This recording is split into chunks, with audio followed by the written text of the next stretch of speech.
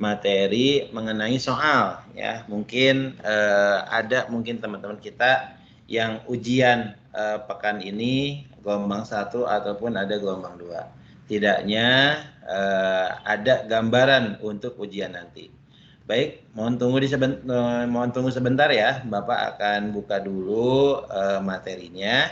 Kita bahas itu aja ya. Oke, sebentar. Bapak akan itu dulu. Sebentar ya.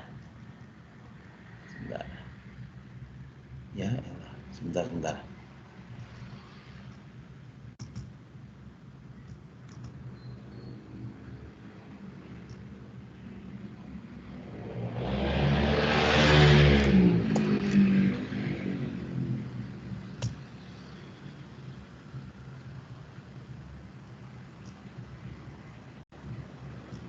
Oke, sebentar ya, mohon maaf ada gangguan nih. Maklum. Ada ada jaringannya nih. Aduh. Malam kemarin kan sempat ada beberapa trouble yang bikin jaringan kita bermasalah nih kemarin.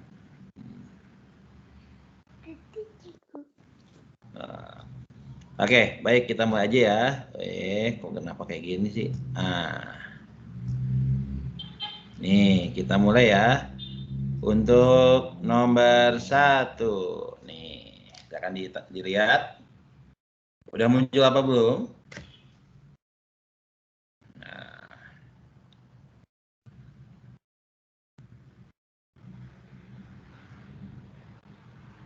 Oke, udah muncul ya. Baik, kita mulai aja untuk nomor 1. Silakan dilihat. Nah, ini dia nih. Jadi untuk nomor 1 ini masuk kategorinya adalah materi yang sering muncul, tapi kategorinya materi yang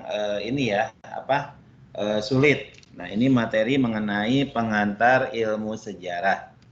Nih dilihat, menurut Kuntowijoyo, sejarah memiliki perbedaan dengan mitos. Nah, berikut ini alasan sejarah memiliki perbedaan dengan mitos adalah, silakan pendapat kalian. Untuk nomor 1 ini kira-kira jawabannya jatuh di option apa? Silakan pendapat kalian. Oh, silakan. Ya, nggak apa-apa. Berani aja, nggak apa-apa nih. Kita santai-santai aja ya teman-teman. Nggak usah merasa, aduh Pak, saya takut gini. Nggak. Namanya juga belajar. Ayo, silakan. Nomor 1 ini kira-kira menurut pendapat kalian jawabannya apa? Silakan. Yuk.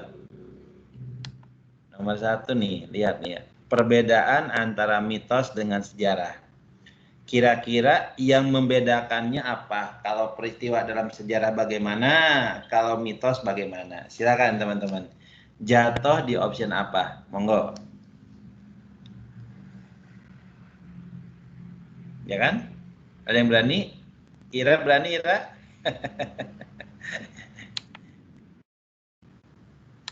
Yang lain bagaimana? Yuk, silakan. Apa jawabannya kira-kira?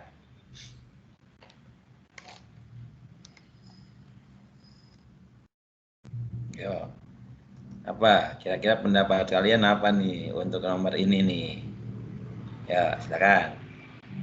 Ini materi pengantar ilmu sejarah ya, teman-teman ya. Artinya materi ini sering muncul tapi kategorinya sulit.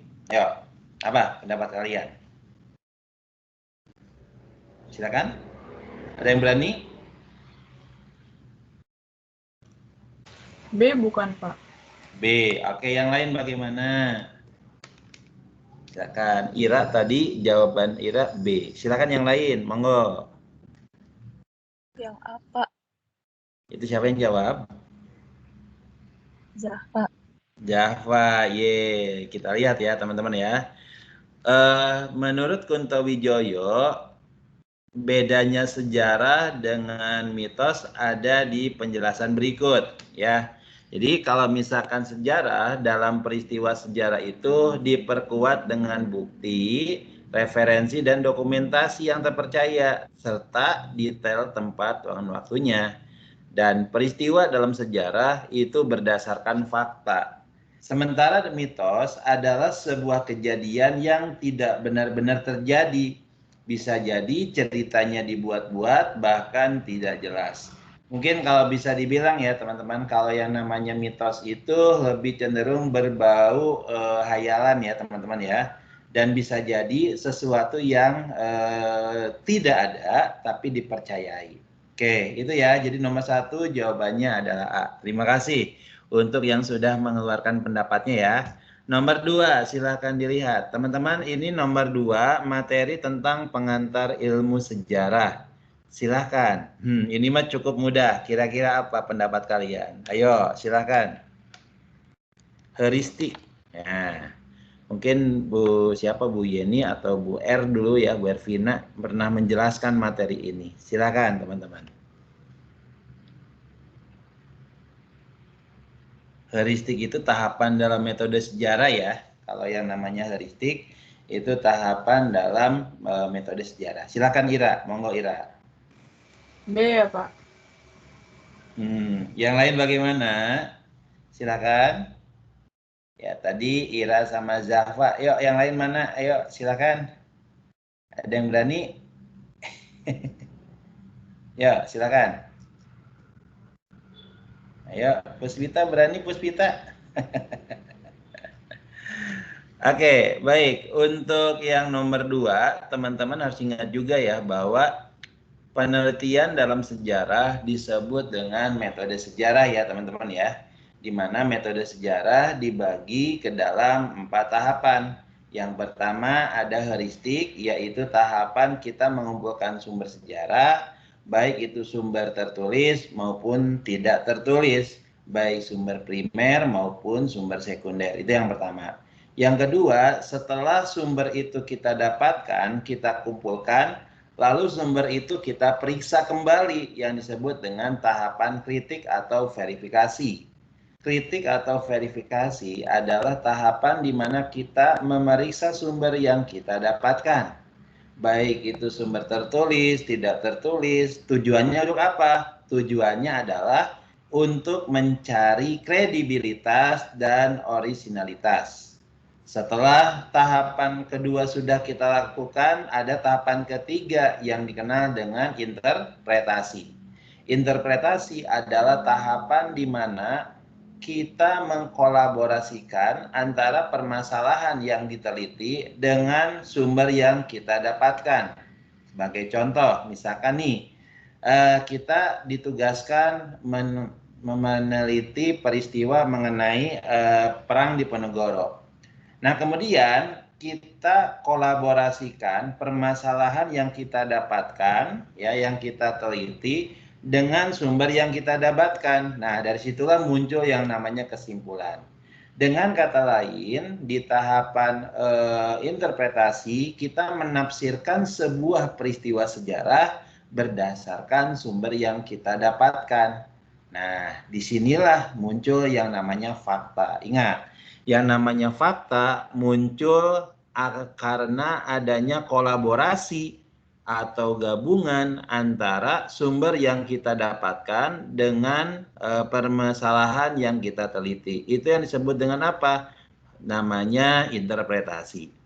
Nah, kemudian ketika fakta itu sudah kita dapatkan, kita harus jelaskan ke yang halayak ramai. Agar apa? Agar mereka bisa mengerti tafsiran peristiwa menurut kita dengan apa? Dengan tertulis yang dikenal dengan historiografi. Historiografi adalah penulisan karya sejarah. Sejarah kalian ceritakan kembali berdasarkan apa? Sumber yang kita dapatkan. Nah, untuk nomor 2, jawaban yang benar adalah B.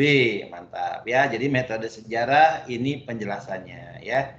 Ada heuristik, ada kritik, ada interpretasi, dan historiografi. Oke, jelas ya sampai di sini ya. Bapak kecepatan nggak nih, teman-teman? Enggak kok Pak. Enggak ya. Oke. Baik, lanjut berikutnya ya untuk yang nomor 3. Nah, ini Bapak kasih clue dulu nih teman-teman ya. Jadi untuk memahami peta-peta kuno, peneliti sejarah memerlukan ilmu bantu. Jadi gini, di dalam bukunya Sartono Kartodirjo menjelaskan bahwa dalam meneliti sejarah tidak bisa berdiri sendiri. Artinya sejarah itu tidak bisa hanya ilmu sejarah sendiri yang melakukan penelitian, tapi membutuhkan bantuan ilmu lain sebagai penghubung, sebagai penunjang agar penelitian itu bisa lancar dan tajam hasilnya ya. Nah, Sartono Kartodirjo melakukan sebuah metode yang dikenal dengan metode scientific social approach, artinya pendekatan ilmu sosial dalam penelitian sejarah. Ada bukunya. Nah, sejarah dalam melakukan penelitian tidak sendirian. Nah, meminta bantuan dari bidang ilmu lain. Silakan pendapat kalian untuk nomor 3. Untuk dapat memahami peta-peta kuno, peneliti sejarah memerlukan ilmu bantu. Nah, silakan pendapat kalian. Untuk nomor 3 jatuh di option apa? Monggo. Ya, silakan. Ada yang berani? Silakan. Apa Najwa? A, yang kartografi bukan? Baik, Najwa. Yang lain bagaimana? Ayo, yang lain bagaimana? Silakan. Yuk, Puspita, Aulia, nah, Angelita, monggo. Pendapat kalian bagaimana untuk yang nomor 3 ini? Ya, tadi yang baru jawab siapa tadi yang jawab ya? Maaf, Najwa ya. Oke. Ayo, ada yang berani? Tidak ada. Baik. Nah, kita jelaskan satu persatu dari option B sampai E. Bapak jelaskan satu persatu. Yang pertama, epigrafi. Epigrafi itu adalah ilmu bantu untuk membaca tulisan di prasasti. Itu namanya epigrafi. Ya, Bapak ulang sekali lagi. Epigrafi itu adalah ilmu bantu yang bertujuan membaca hasil ya tulisan di prasasti. Etnografi adalah ilmu yang mempelajari suku bangsa, biasanya pendekatannya antropologi ya teman-teman ya. Kemudian historiografi. Historiografi itu apa? Historiografi itu adalah tahapan terakhir dari metode sejarah yang dikenal dengan penulisan kembali karya sejarah. Lalu paleografi. Apa itu paleografi? Yaitu paleografi adalah ilmu yang mempelajari tentang tulisan kuno. Ini penjelasannya. Jadi kartografi adalah ilmu dan teknik pembuatan peta, epigrafi ilmu yang mempelajari tulisan, etnografi adalah ilmu yang mempelajari tentang suku bangsa, historiografi tahapan penulisan karya sejarah, paleografi ilmu yang mempelajari perkembangan bentuk tulisan kuno. Ini ya untuk yang mau nomor 3 jawabannya A. Nomor 4. Nah, silakan teman-teman ya. Untuk yang nomor 4 ini mungkin teman-teman juga sudah dikasih tahu untuk option A apa, B apa dan seterusnya. Silakan untuk nomor 4 dibaca dulu soalnya baru kemukakan pendapat kalian. Silakan untuk yang nomor 4. Yuk, silakan. Kira-kira apa pendapat kalian untuk nomor 4 ini? Ya, silakan.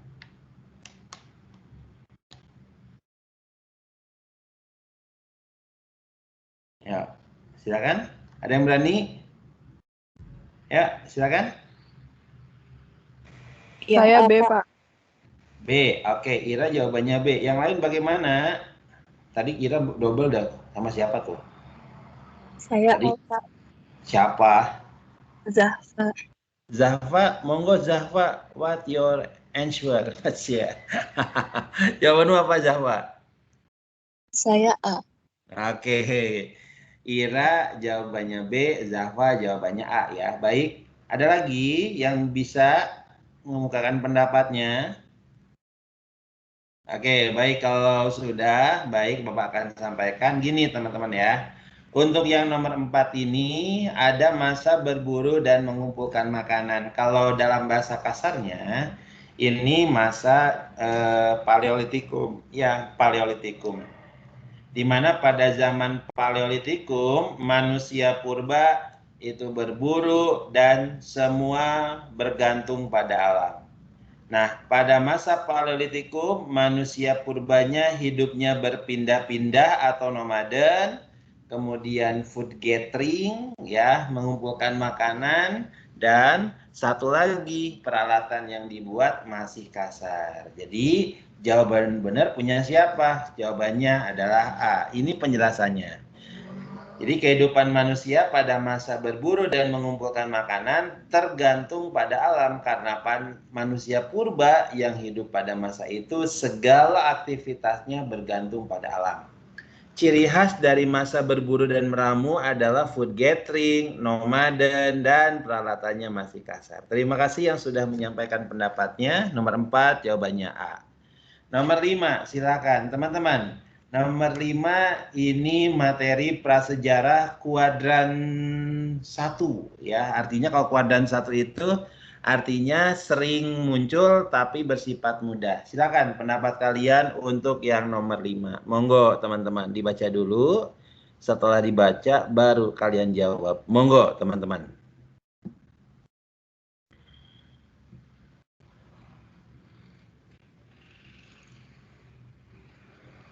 Ya, silakan.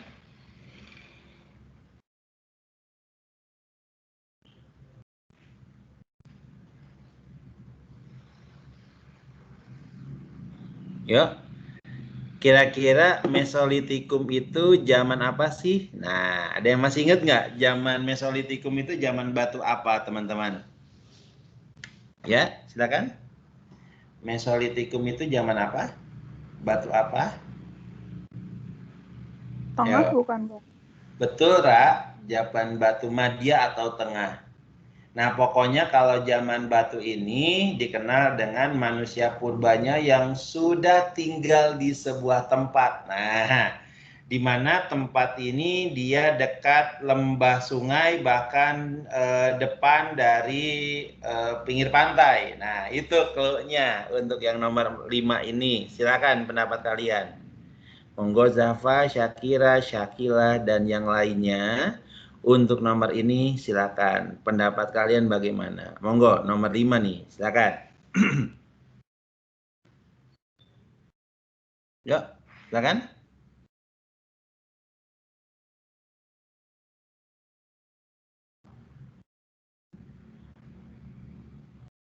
Ya, silakan. Ada yang berani? Ayo, silakan kira-kira nomor ini jawabannya apa? Ya. Oke, ada yang berani? Silakan. Nggak ada? Oke, baik. Untuk yang nomor 5, teman-teman, yang perlu kalian ketahui yang pertama adalah pada masa Mesolitikum itu manusia purba hidup semi sedenter, teman-teman. Artinya apa? Artinya ada yang sudah menetap, ada yang masih berpindah-pindah. Itu yang pertama. Yang kedua, manusia purba yang hidup pada zaman Mesolitikum, mereka sudah hidup berkelompok, teman-teman. Mereka sudah hidup berkelompok, di mana satu kelompok terdiri dari 10 sampai 15 orang. Ada pembagian kerja, di mana yang laki-laki berburu, yang perempuan itu masak. Nah, itu. Perlu kalian ketahui juga, untuk yang nomor 5 ini, mereka tinggal di sebuah tempat namanya Abristrausoce, artinya gua kalau dalam bahasa kalian, ya. Nah, di mana letak guanya itu tepi sungai dan pinggir pantai. Nah, itu clue-nya ya. Kira-kira apa? Oke, kalau tidak ada, jawabannya adalah A. Kenapa? Karena pada waktu itu, kenapa nomor 1 masuk?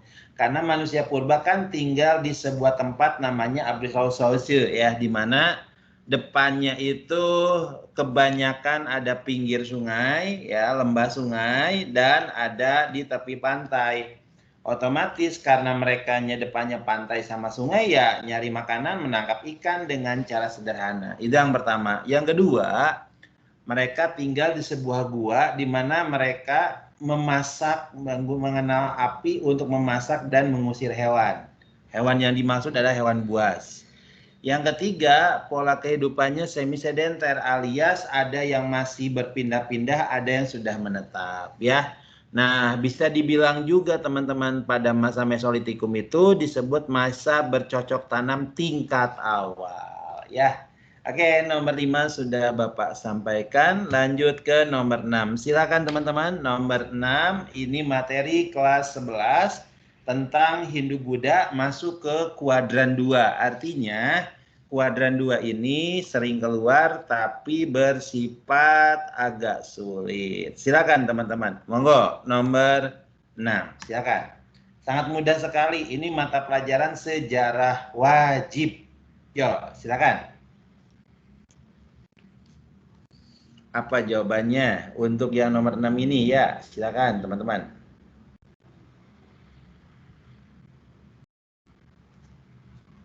Yuk, silakan. Nomor 6.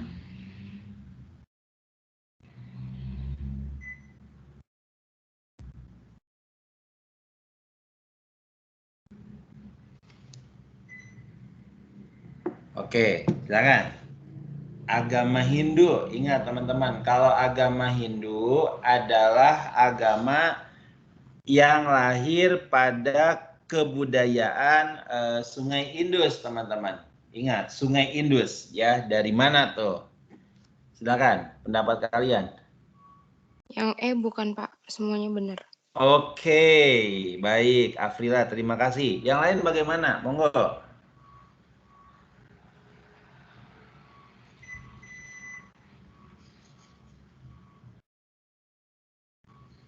Oke, baik. Untuk yang nomor 6, agama Hindu, keterangan yang pertama Bapak ambil dari bukunya Iwayan Badrika, dijelaskan bahwa agama Hindu merupakan agama yang lahir karena sinkretisme atau percampuran kepercayaan antara suku bangsa Dravida penduduk asli dengan suku Arya penduduk pendatang. Itu yang pertama. Yang kedua, agama Hindu itu lahir di sebuah daerah namanya India. Nah, agama Hindu merupakan agama yang memiliki kitab suci namanya Weda, yang terdiri dari Samaweda, Atharwaweda, Yajurwaweda, dan yang lainnya. Itu yang kedua. Dan yang ketiga, selain ada Pancasrada, kepercayaan mereka selain ada Pancasrada, ada lagi yang dikenal dengan konsep Trimurti. Kalau kita bilangnya konsep politeisme, ya. Artinya menyembah banyak dewa, di mana Trimurti yang maksud adalah 3 dewa yang dianggap tertinggi. Meliputi ada Dewa Brahma, ada Dewa Wisnu, dan ada Dewa Siwa. Dewa Brahma itu untuk pencipta, Wisnu pemelihara, Siwa perusak atau pelebur, ya. Nah, kemudian ada sistem kasta dalam Hindu dan Buddha, di mana dalam Hindu dalam Hindu itu ada sistem kasta yang dibuat oleh ras Arya untuk menghindari percampuran dengan ras Dravida. Nah, kastanya ada 4 yang dikenal dengan caturwarna. Yang pertama ada kasta Brahmana, yaitu kasta pendeta. Yang kedua ada kasta Waisya, itu kasta pedagang, ya. Kemudian yang ketiga, ada kesatria, ya. Ada kesatria yang disebut dengan kasta prajurit dan bangsawan, ada Waisya, kasta petani dan pedagang, dan ada Sudra, kasta budak. Nah, untuk Afrila, jawaban kamu benar ya Afrila ya. Nomor 6 jawabannya adalah E. Lanjut nomor 7, silakan. Teori Brahmana. Ingat teman-teman, teori penyebaran Hindu dan Buddha untuk yang nomor 7.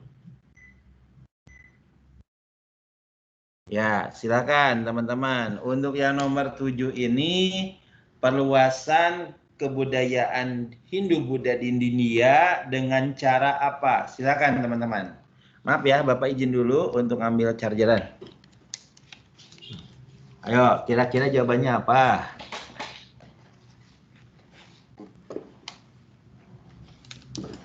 Ya, silakan. Pendapat kalian apa jawabannya untuk yang nomor 7 ini? Teori Brahmana. Ingat, teori penyebaran Hindu dan Buddha itu ada 4 ya. Ada teori Brahmana, ada teori yang kedua yaitu teori kesatria, ada sudra, dan arus balik. Nah, kira-kira untuk yang nomor 7 jatuh di option apa? Silakan, pendapat kalian bagaimana? Yang D, Pak. D, baik. Terima kasih Zafa. Yang lain bagaimana nih, teman-teman? Kira-kira untuk yang soal nomor 7 jatuh di option apa? Silakan. Maaf ya, Bapak sambil ituin kabel chargeran nih, chargeran laptopnya. Maaf. Ayo, silakan. Pendapat kalian apa untuk yang nomor 7 ini? Nah, tadi siapa? Zafa Depok ya jawabannya, yaitu Brahmana melegitimasi. Yuk, ada lagi? Kalau tidak ada Bapak sampaikan. Ya, jadi gini teman-teman ya, kalau kita secara konsep bahwa untuk teori penyebaran Hindu dan Buddha itu ada beberapa teori. Yang pertama ada yang disebut teori Brahmana, itu yang dicetuskan oleh Van Der. Kemudian yang kedua ada teori kesatria. Kemudian yang ketiga ada teori Vaishya. Dan yang keempat ada teori arus balik teman-teman ya. Nah, untuk teori Brahmana, di mana yang menyebarkan adalah Brahmana sendiri. Brahmana merupakan tokoh yang paling pantas mempelajari Hindu dan membaca kitab Veda. Dan Brahmana kenapa dia dipanggil oleh penguasa pribumi? Karena mereka menganggap bahwa Brahmana itu kan orang suci. Yang disebut orang suci artinya apa? Artinya orang yang disayangi dewa. Segala apapun permintaannya akan dikabulkan dewa. Makanya apabila seorang pemimpin dilegitimasi atau dinobatkan oleh Brahmana, seolah-olah dewa merestui dia sebagai pemimpin melalui tangan Brahmana. Begitu ya. Cuman sayang kalau teori Brahmana kelemahannya dari bukunya Pak Habib Mustopo itu kelemahannya pantang menyeberang lautan ya teman-teman ya. Nah kemudian teori kesatria ada tokohnya bernama Cecebereh ya, menyebutkan bahwa agama Hindu dan Buddha dibawa oleh prajurit atau bangsawan ya. Tapi untuk teori kesatria tidak ada ya bukti yang menjelaskan adanya penaklukan atau tugu kemenangan, tidak ada. Kalau teori Vaishya itu NG Krom, artinya menjelaskan bahwa agama Hindu dan Buddha dibawa oleh pedagang ya. Nah kemudian arus balik. Kalau arus balik itu kita sendiri yang ngirim ya teman-teman ya. Kita sendiri yang bukan ngirim sih, artinya kita mempelajari agama Hindu dan Buddha di India, lalu setelah cukup ilmu balik lagi ke Indonesia, lalu menyebarkan agama Hindu dan Buddha tersebut ya. Nah ini penjelasan Bapak untuk nomor 7 Java, jawabannya benar, jawabannya adalah D. Lanjut nomor 8, silakan. Agama Islam adalah salah satu agama besar yang ada di dunia. Berikut ini fakta yang terkait agama tersebut kecuali. Silakan. Yuk teman-teman. Ini cukup mudah ya. Ini soal kuadran 2 ya. Artinya sering muncul ya, tapi kategorinya mudah. Silakan teman-teman. Untuk nomor 8. Silakan. Ya, ada pendapat? Monggo. D. D. D. Depok, Nur Azka. Baik. Ira, apa jawaban Ura? D juga, Pak. Depok, baik. Iya, sepakat ya Depok ya teman-teman ya. Kalau misalkan kalian mendengar kata monoteisme, politeisme, dan ateisme, teman-teman sudah tidak puyeng lagi. Kalau monoteisme adalah sebuah kepercayaan menyembah satu dewa atau Tuhan ya teman-teman ya. Kalau politeisme itu banyak dewa. Nah, Bapak lanjutkan lagi. Mempercayai bahwa Muhammad adalah Rasul ya teman-teman ya. Di syahadat kita, asyhadu alla ilaha illallah wa asyhadu anna Muhammad Rasulullah. Berpedoman pada Al-Quran dan Al-Hadis ya teman-teman ya.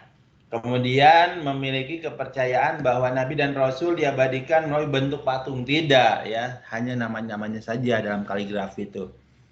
Lalu memiliki ritual yaitu sholat dan ibadah haji. Betul ya teman-teman ya. Jadi nomor 8 jawabannya adalah Depok. Terima kasih ya. Lanjut nomor 9. Ini materi tentang Hindu Buddha, di mana pada masa itu ada sebuah jalur namanya jalur sutra. Nah, berikut ini pernyataan yang benar mengenai jalur sutra antara lain. Silakan pendapat kalian teman-teman. Nomor 9, monggo.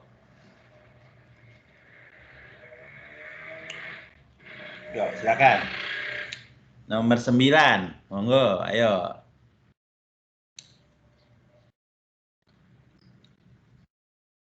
Silakan. Nomor 9, apa pendapat kalian?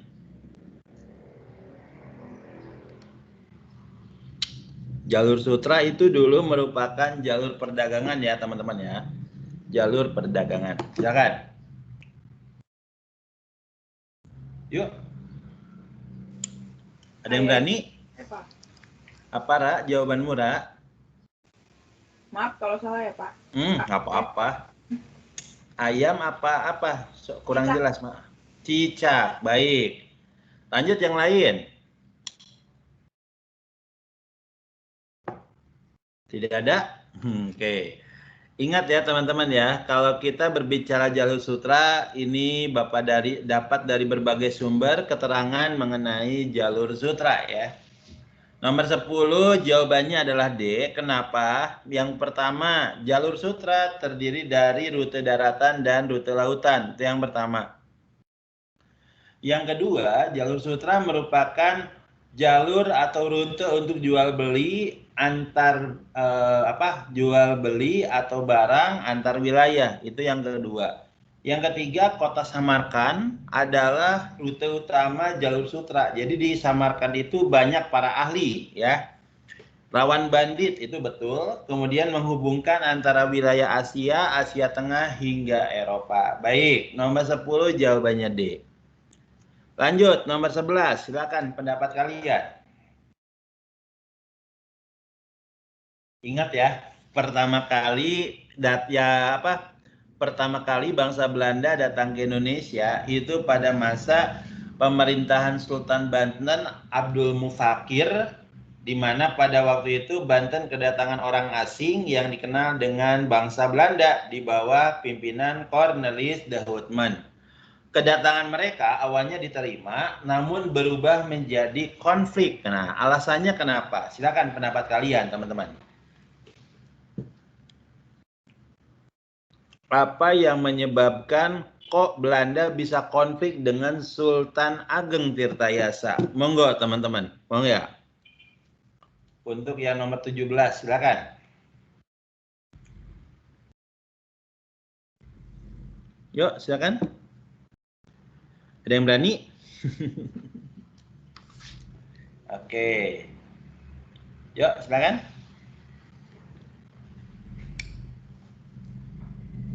Tidak ada? Nah, kalian harus ketahui ya, Cornelis de Houtman itu adalah pelaut dari Belanda, cuman tabiatnya tuh sombong ya. Tabiatnya mau menang sendiri, teman-teman. Dan ini penjelasan dari Bapak ya, nomor 21. Nomor 11 ya. Nomor 11 untuk jawaban nomor 11 adalah D, karena Belanda diusir oleh Sultan Banten karena dianggap tidak sopan dan memaksa membeli barang-barang dengan harga murah. Itu untuk nomor 11, jawabannya D, karena Cornelis bersifat kurang sopan dan memaksa membeli harga rempah-rempah dengan harga yang sangat rendah atau murah. Baik, itu penjelasan Bapak nomor 11. Ada yang tanyakan nggak dari nomor 1 sampai 11 pertanyaan ya dari materi yang Bapak sampaikan. Silakan teman-teman untuk yang ingin bertanya, Bapak kasih waktu untuk bertanya. Silakan teman-teman. Kira-kira apa yang ingin tanyakan? Ada nggak? Silakan.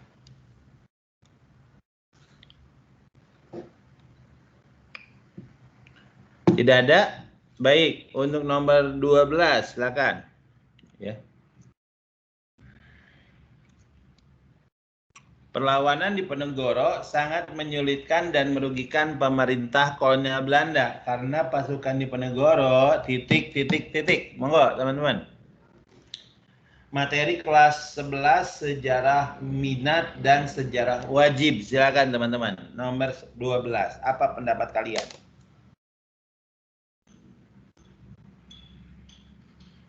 Yuk, silakan.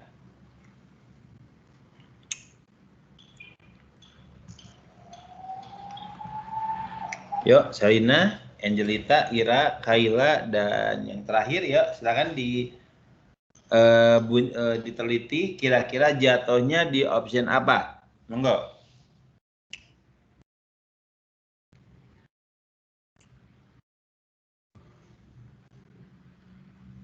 Yuk, silakan. Ada yang berani? Ayo, berani nggak nih, teman-teman? Perlawanan di Penegoro. Ingat, perlawanan di Penegoro itu memaksa beberapa orang Belanda datang ke Pulau Jawa, ya, di mana di daerah jajahan bikin perjanjian apa? Perjanjian untuk gencatan senjata. Silakan, teman-teman, nomor 12, pendapat kalian. Monggo.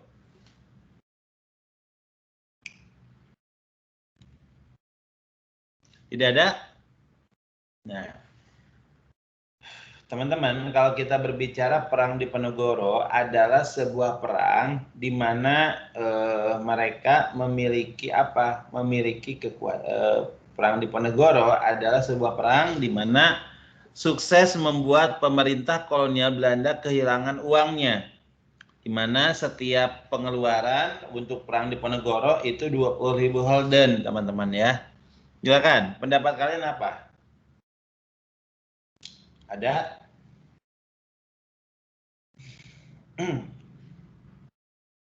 Ada nggak? Silakan.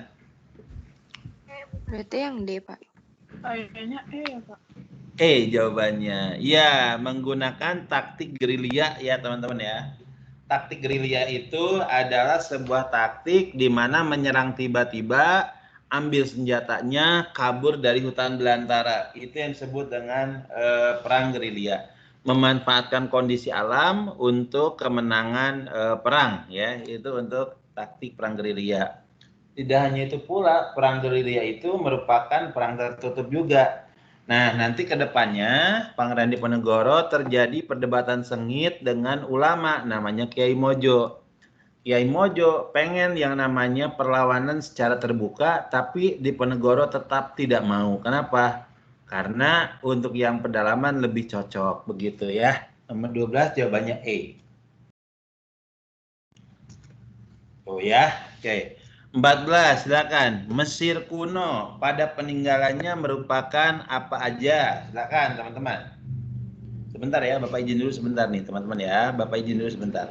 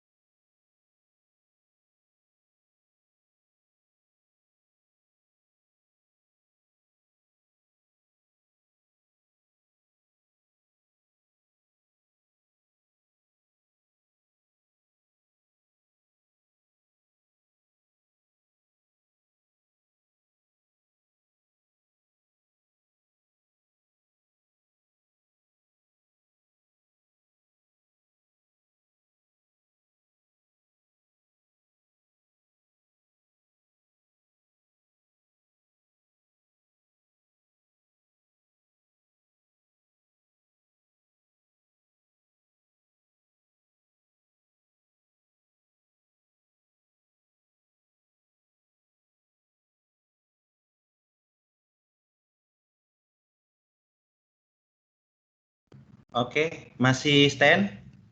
Suara Bapak jelas nggak, teman-teman? Jelas, Pak. Oke, baik. Lanjut Jelas, ya. Pak. Oke, nomor 13, silakan pendapat kalian. Ini peradaban Mesir kuno, materi dari sejarah Mina. Yuk, silakan. Yang B bukan, Pak. 1 dan 3. Benar. 1 dan 3. Baik, terima kasih. Yang lain bagaimana? Oke, baik. Bapak sampaikan ya. Jadi, peradaban Mesir kuno itu kalau Herodotus bilang, peradaban Mesir kuno merupakan hadiah dari Sungai Nil. Ya, hadiah dari Sungai Nil. Artinya apa? Ketika Sungai Nil itu meluap, membawa material lumpur. Nah, material lumpur inilah kemudian yang dijadikan oleh penduduk untuk bercocok tanam, karena material lumpur yang dibawa oleh Sungai Nil ketika banjir itu menyuburkan tanah. Makanya Herodotus bilang seperti itu.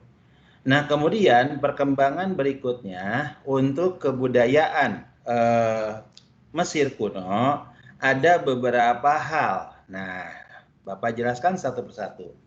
Hieroglif, teman-teman ya. Hieroglif itu kalau dalam bahasa kita adalah tulisan bergambar, teman-teman. Riwayat sejarah Mesir itu berhasil dibuka oleh seorang Prancis namanya Champollion ya. Jadi ketika Napoleon Bonaparte menaklukkan Mesir di tahun 1799, Champollion menemukan ada sebuah tulisan yang tertulis di sebuah batu namanya batu Rosetta, teman-teman. Nah, kemudian setelah penemuan itu tabir sejarah dari peradaban Mesir kuno itu terlihat. Jadi hieroglif adalah tulisan bergambar. Biasanya pada Mesir kuno itu ditulis di batu Rosetta dan papirus ya, pelepah pohon gitu teman-teman ya. Jadi nomor 1 benar ya. Nomor 2, silakan kalian lihat. Ada huruf paku. Nah, huruf paku itu teman-teman kalau dalam bahasa sejarahnya namanya cuneiform. Nah, tulisan paku atau huruf paku biasa digunakan oleh peradaban, kalau Bapak baca ada 2. Yang pertama peradaban Mesopotamia yang Sungai Efrat dan Tigris, dan yang kedua adalah kebudayaan dari Sungai Indus ya. Oke, nomor 2 salah ya, karena untuk huruf paku digunakan pada masa peradaban Sungai Nil dan Sungai Efrat Tigris atau Mesopotamia dan Sungai Indus. Lalu berikutnya ada Sphinx. Nah, ini mohon maaf kalau tulisannya seperti ini karena Bapak ngambil dari soal aslinya, apa adanya Bapak ngambil itu. Sphinx itu teman-teman, kalau kita berbicara Sphinx artinya badannya itu singa, kepalanya manusia. Biasanya ditaruh di depan piramida, teman-teman. Kalau zigurat itu artinya kuil, teman-teman ya. Artinya kuil ya. Oke. Baik, untuk yang nomor 13 betul jawabannya B, 1 dan 3. Ini penjelasan lengkapnya. Obelisk. Nah, tadi Bapak lupa menyampaikan obelisk itu adalah sebuah tugu ya, tugu yang menjulang tinggi yang dipercaya untuk media menyembah dewa Amon-Ra, dewa matahari pada waktu itu. Kemudian ada Sphinx dan hieroglif sudah Bapak sampaikan. Kalau kuil Abu Simbel itu adalah sebuah kuil yang dianggap sebagai apa ya? Kalau dalam bahasa kita untuk pemujaan terhadap dewa. Nah, ada mastaba. Nah, teman-teman, sebelum ada piramida, mastaba dulu. Mastaba itu makam, piramida juga makam. Cuman bentuknya kalau mastaba lebih kecil, kalau piramida gede banget ya. Jadi penjelasan Bapak cukup sekian. Untuk nomor 13 jawabannya adalah B. Lanjut nomor 14, silakan teman-teman. 14 ini termasuk materi sering muncul dan bersifat agak sulit. Silakan pendapat kalian.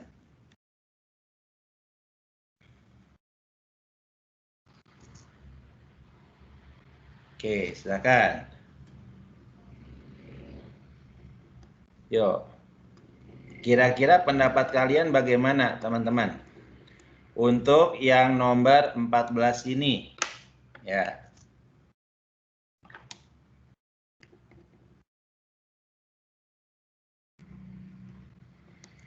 Oke, silakan.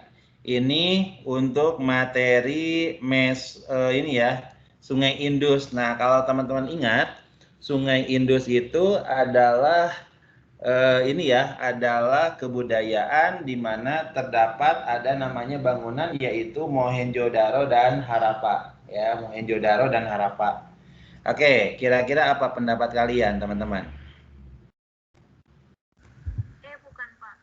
Apa? Apa Kir? Syakira apa jawabanmu? Baik. Yang lain bagaimana? Ya?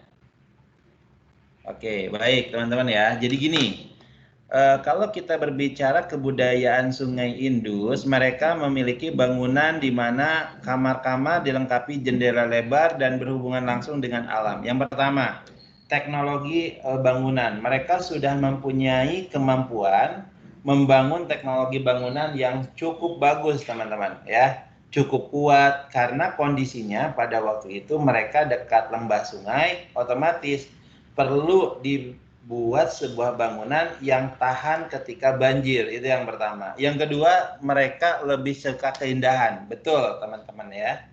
Kemudian yang ketiga, musim. Mereka memperhatikan musim ya, teman-teman ya. Jendela lebar itu mereka memperhatikan musim juga. Lalu kesehatan, iya dilihat. Kenapa? Karena jendelanya lebar buat ventilasi. Untuk apa deh bahasa kita tuh sirkulasi udara ya. Jadi untuk yang nomor 14 jawabannya adalah E. Sip, jawabannya benar ya.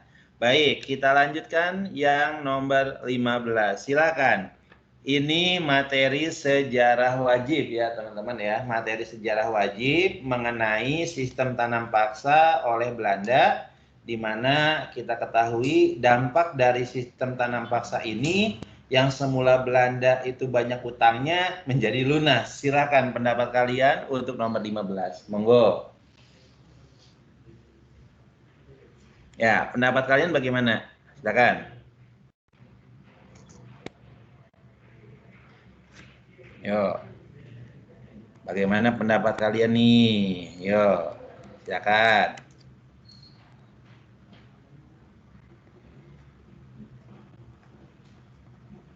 Yuk, silakan teman-teman.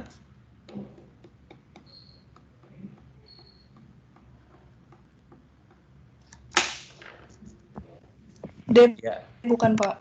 Apa tuh Puspita? Depok? Oke, baik. Oke, terima kasih Puspita. Nah, teman-teman ya, kalau kita berbicara sistem tanam paksa, teman-teman juga pernah membaca di punya Pak Habib ya. Mungkin dulu, maaf nih, untuk teman-teman IPS 1, IPS 2, dulu waktu sejarah wajibnya sama siapa dulu yang bahas sistem tanam paksa? Bu Ervina apa Bu Yeni, teman-teman? Dulu waktu kalian kelas 11 yang ngajarin siapa yang mengenai ini, materi ini? Bu Yeni deh, Pak. Bu Yeni. Oh iya, Bu Yeni benar. Ya, jadi sistem tanam paksa itu kan teman-teman diketahui juga ya bahwa sistem tanam paksa itu adalah sebuah sistem di mana waktu itu Belanda mengalami kekurangan ya kas negara, kemudian terdampak dari yang namanya ini ya, terdampak dari Perang Diponegoro ya, serta pemisahan Belgia juga. Nah, ini ya teman-teman ya. Jadi sistem tanam paksa diberlakukan di tahun 1830 oleh Johannes van den Bos ya teman-teman ya. Nah, berikut ini hal yang diharapkan oleh Belanda dari penerapan sistem tanam paksa. Silakan dilihat. Yang pertama, sistem tanam paksa diharapkan mengisi mengisi kembali kas negara yang kosong. Karena pengeluaran negara sangat banyak pada Perang Jawa, yaitu pada tahun 1825 sampai 1830, di mana perang tersebut sukses membuat keuangan Belanda menjadi kosong di mana perang tersebut menghabiskan dana 20.000 Halden. Itu yang pertama. Yang kedua, dengan adanya sistem tanam paksa membantu menyediakan dana untuk apa? Bayar utang.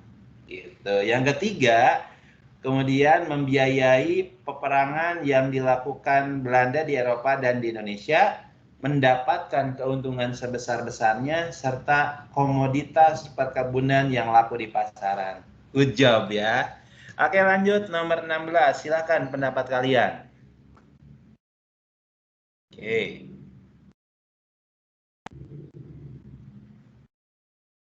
Yo. Silakan.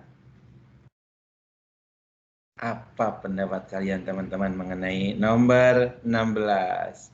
Politik pintu terbuka. Ingat, politik pintu terbuka adalah kondisi Indonesia mulai dikuasai oleh kaum liberal.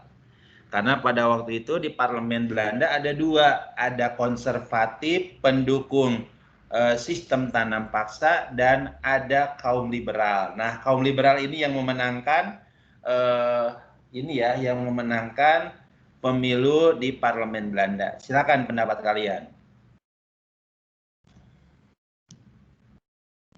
Monggo, teman-teman. Untuk yang nomor 16 ini, kira-kira apa politik pintu terbuka? Cukup mudah ini ya. Open the door. Nah, jadi kalau misalkan kita buka pintu, mempersilahkan orang buat apa? Nah, yuk silakan. Ini kalau dalam bahasa buku itu termasuk kategori penjajahan gaya baru ya. Nah, ini nih ya. Kalau di bukunya Vanil itu termasuk penjajahan gaya baru. Monggo teman-teman, silakan pendapat kalian. Delta bukan, Pak. Oke, baik. Terima kasih Kaila. Yang lain bagaimana? Ya, silakan. Ada? Baik. Ini politik pintu terbuka adalah sebuah politik di mana Indonesia dijadikan sebagai lahan investasi di bidang perkebunan. Jadi Indonesia dibuka seluas-luasnya untuk keran investasi. Nah, kemudian acuan pelaksanaan dari politik pintu terbuka nanti ada sebuah undang-undang yang dikenal dengan Undang-Undang Agraria.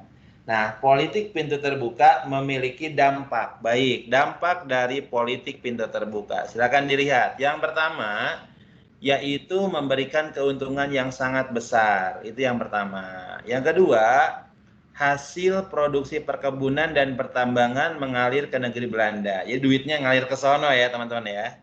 Kemudian yang ketiga, Belanda menjadi pusat perdagangan hasil dari tanah jajahan. Yang keempat, adanya kemerosotan tingkat kesejahteraan penduduk. Itu yang berikutnya.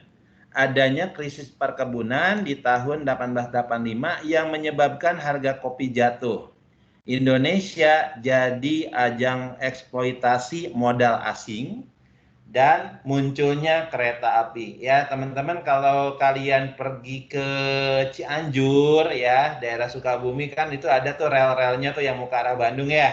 Nah, itu biasanya digunakan untuk mengangkut hasil perkebunan. Nah, kalau kalian pergi ke tol Cipularang sebelah kiri jalan itu yang arah tol Cipularang arah Bandung itu juga peninggalan Belanda di mana salah satunya ada jembatan yang kalian lihat di pinggir jalan itu peninggalan dari zaman politik pintu terbuka. Baik ya, 16 jawabannya E. Silakan nomor 17 untuk pergerakan nasional. Sejarah wajib. Silakan. Pendapat kalian bagaimana? Monggo.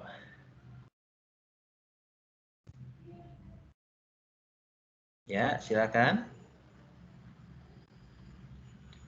Pergerakan nasional. Ya, pergerakan nasional itu adalah sebuah ini ya, teman-teman ya.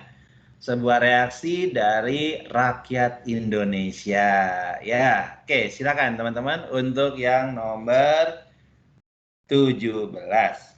Yuk.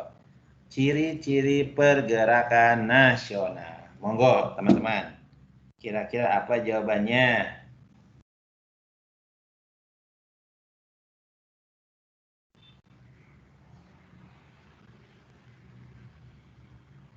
Ya, silakan.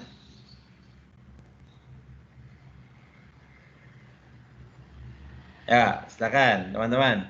Apa jawabannya yuk mengenai ciri-ciri dari pergerakan nasional? Silakan.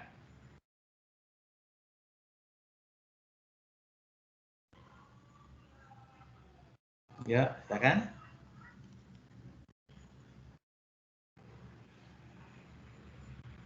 Silakan. Kira apa jawabanmu, Ra? Kira-kira untuk yang nomor 17 ini, Ra?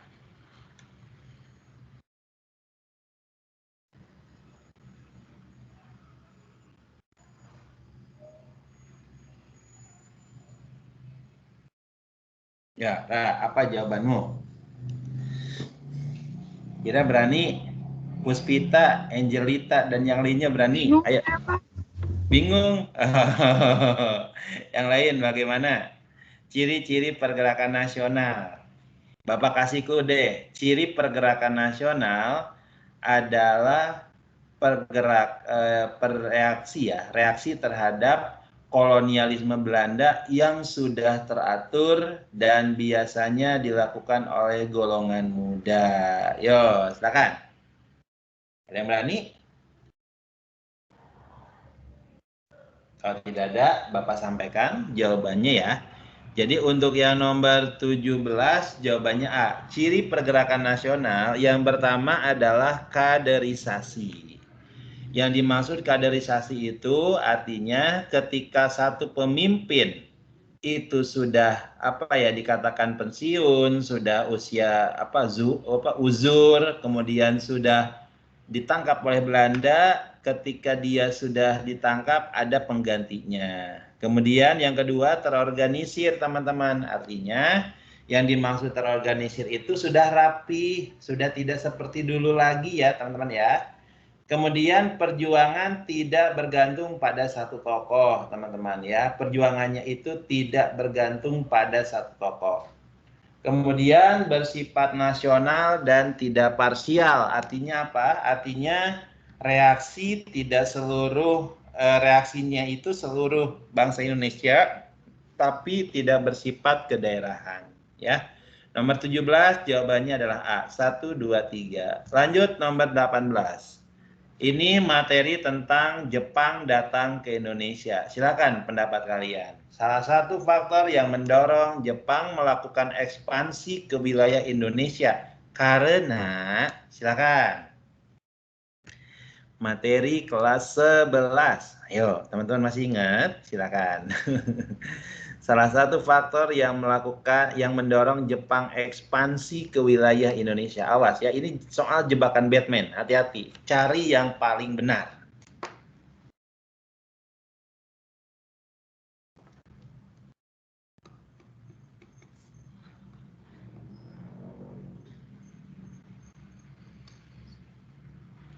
Oke, silakan.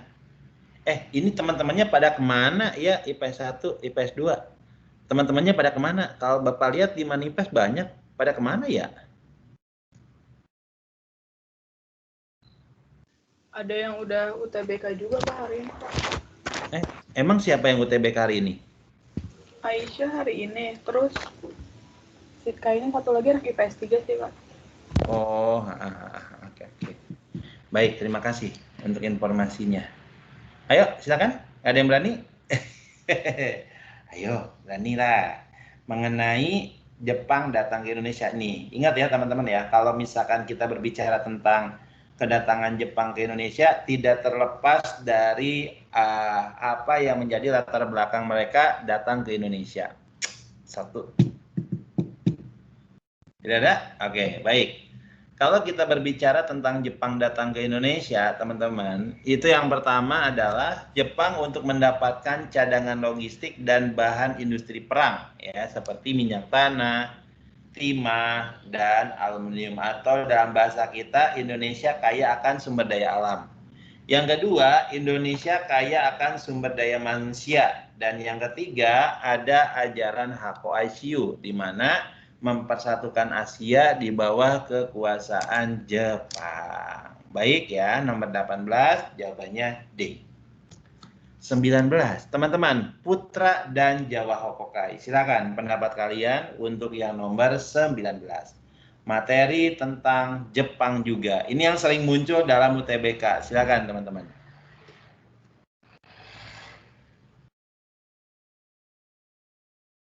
Yuk, silakan. Untuk yang soal ini kira-kira jatuh di option apa? Monggo.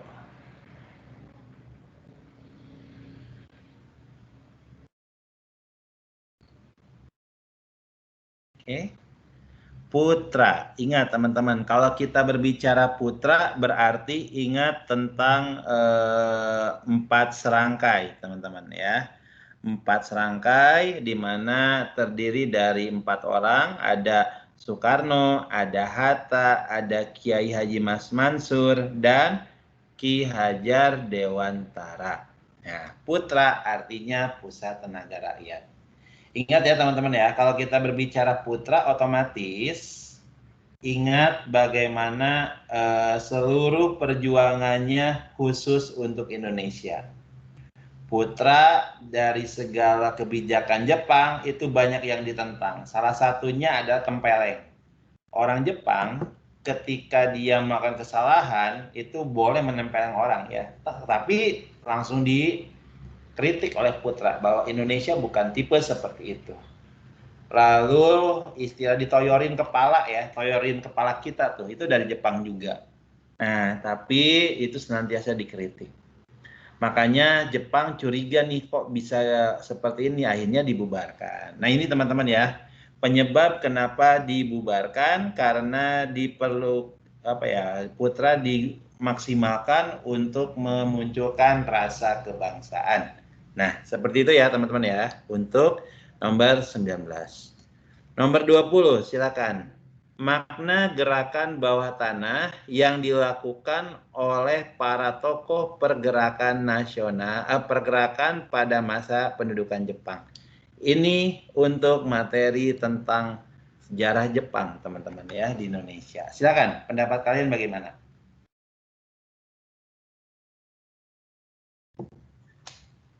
Jadi dalam menyikapi Jepang, pemimpin kita melakukan 3 hal, teman-teman. Yang respon pertama adalah mau bekerja sama dengan Jepang, kemudian berperang dengan Jepang, dan ada gerakan bawah tanah atau dalam bahasa kita underground.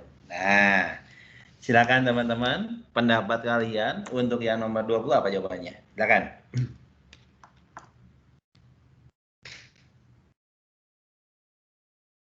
A bukan, Pak. Ya, terima kasih. Yang lain bagaimana, teman-teman?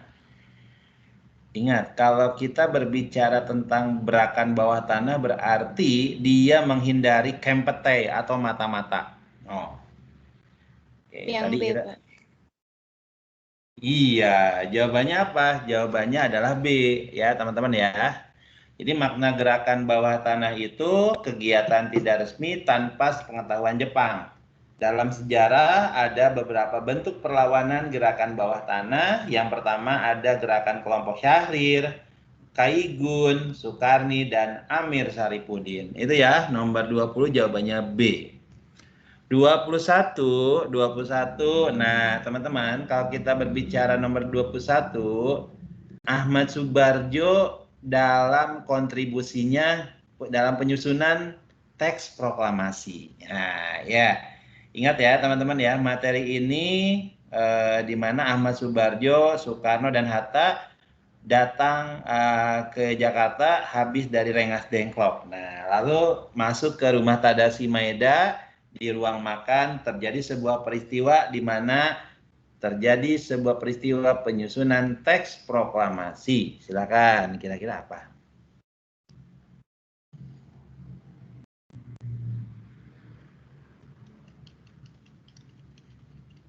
Oke, silakan. Yo, 1, 2, 3. Nah, kira-kira apa jawabannya? Ya, kita 4 soal lagi ya, teman-teman ya. Untuk kelas ini 4 soal lagi kita bahas karena totalnya ada 25.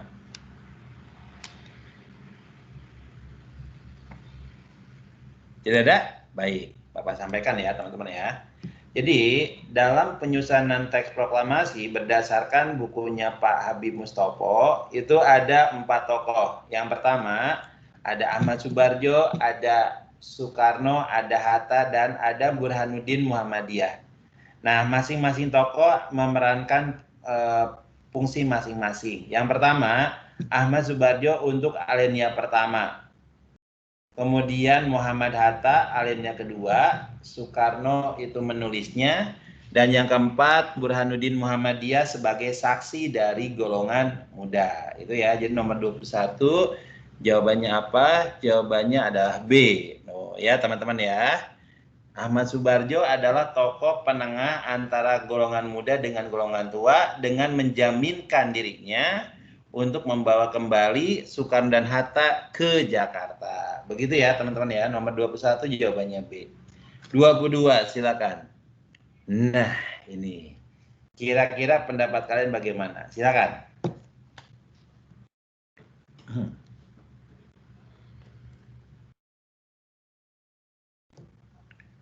Tugas Komite Nasional Indonesia Pusat yang dibentuk oleh PPKI adalah membantu Presiden sebelum MPR dan DPR terbentuk, sebab MPR dan DPR baru terbentuk tahun 50. Silakan pendapat kalian.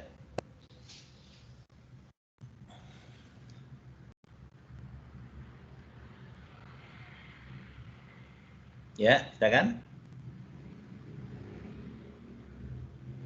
Tidak ada? Tidak ada? Sebelum Bapak jawab nih, kira-kira apa jawabannya? Ayo, silakan.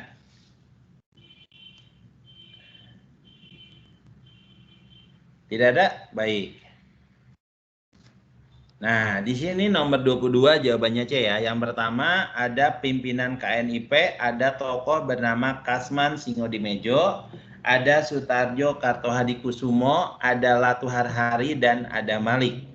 Tugas dari KNIP yaitu membantu tugas presiden dan penasehat presiden, pembentukan alat pelengkapan keamanan negara, pertahanan dan keamanan, kemudian kewenangan legislatif dan badan atau lembaga yang berfungsi sebagai DPR ya sebelum dilaksanakannya ya pemilu. Mohon izin ya sebentar ada telepon dulu.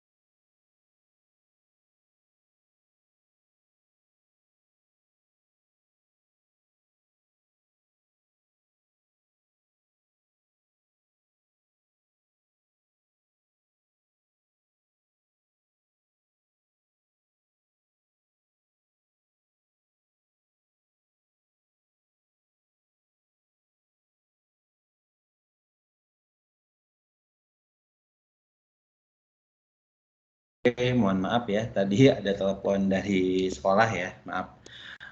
Baik, jadi ini ya teman-teman ya, untuk yang nomor 22, lanjut nomor 23 mengenai reformasi gereja. Nah ini teman-teman, reformasi gereja ini adalah materi sejarah minat, di mana materi ini pernah disampaikan waktu kan kelas 11 mengenai adanya reformasi gereja, di mana pembaharuan atau perbaikan terhadap penyimpangan yang dilakukan oleh gereja. Silakan, apa jawabannya? Kayaknya ngasih tahu. Apa jawabannya nomor 23, teman-teman? Silakan. Yuk. Reformasi gereja cikal bakal dari Kristen Protestan. Silakan, teman-teman. D. Yang D, Pak. Ya, Nur Azka apa? Depok. Siap, Nur Azka. Nah, ya. Jadi pada waktu itu penyimpangan yang Bapak maksud, mungkin teman-teman pernah mendengar ini enggak? Surat pengampunan dosa. Ya. Jadi surat pengampunan dosa yang diperjualbelikan secara bebas ya. Padahal itu kan gratis, teman-teman. Kemudian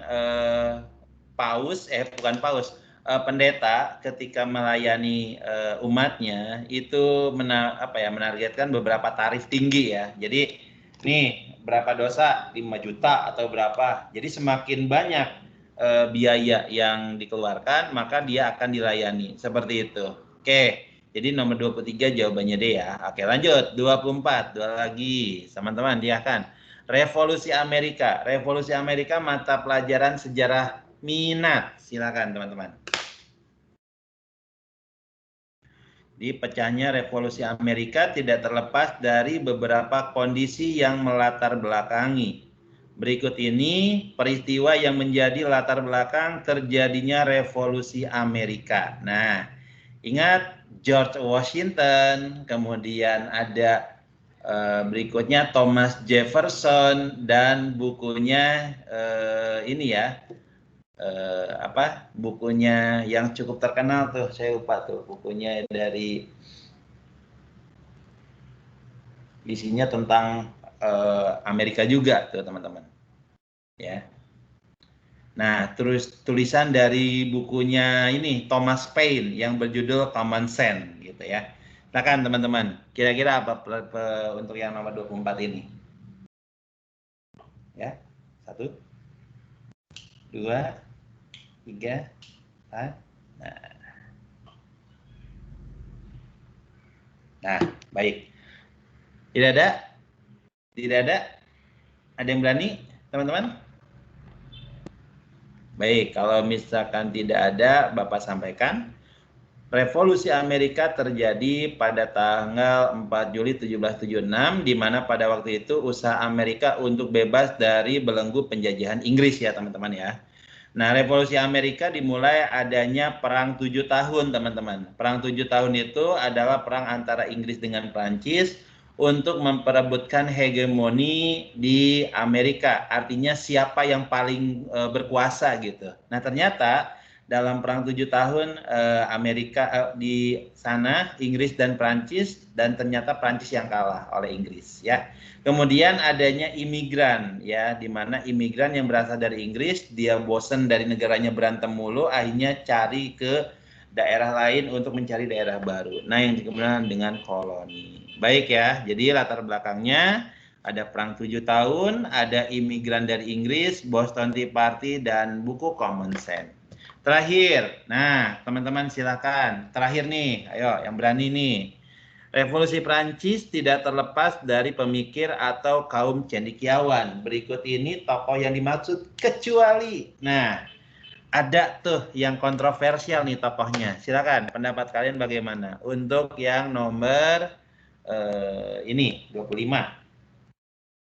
Terakhir ya, silakan. Ya, tidak ada? Ya, silakan.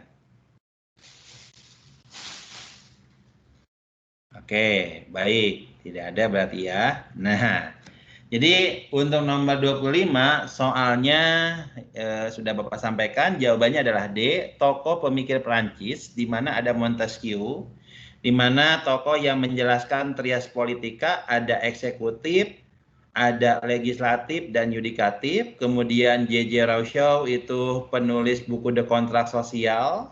Voltaire, ahli filsafat Prancis, dan Denis Diderot sebagai bapak ensiklopedi. Baik teman-teman, materi untuk PM hari ini sudah selesai Bapak sampaikan. Mari kita tutup dengan bacaan hamdalah. Alhamdulillah. Oke, besar harapan Bapak, mudah-mudahan apa yang Bapak sampaikan bisa bermanfaat oleh kalian ya. Dan di mana untuk yang ujian, mudah-mudahan dimudahkan dalam ujiannya, kemudian hasilnya maksimal. Oke, Bapak selaku pribadi mohon maaf kalau misalkan selama Bapak ngajar PM di kelas kalian ada kata-kata, ada ucapan yang kurang berkenan atau materi yang disampaikan kurang maksimal, Bapak mohon maaf. Dan mudah-mudahan apa yang Bapak sampaikan bisa bermanfaat juga buat kalian. Marhaban ya Ramadan. Wabillahi taufiq wa hidayah. Wassalamualaikum warahmatullahi wabarakatuh. Waalaikumsalam. Makasih Pak. Iya, sama-sama. Ya, sama-sama. Oke. Mohon maaf lahir Ya, sama-sama. Iya, sama-sama. Mohon maaf lahir batin juga ya.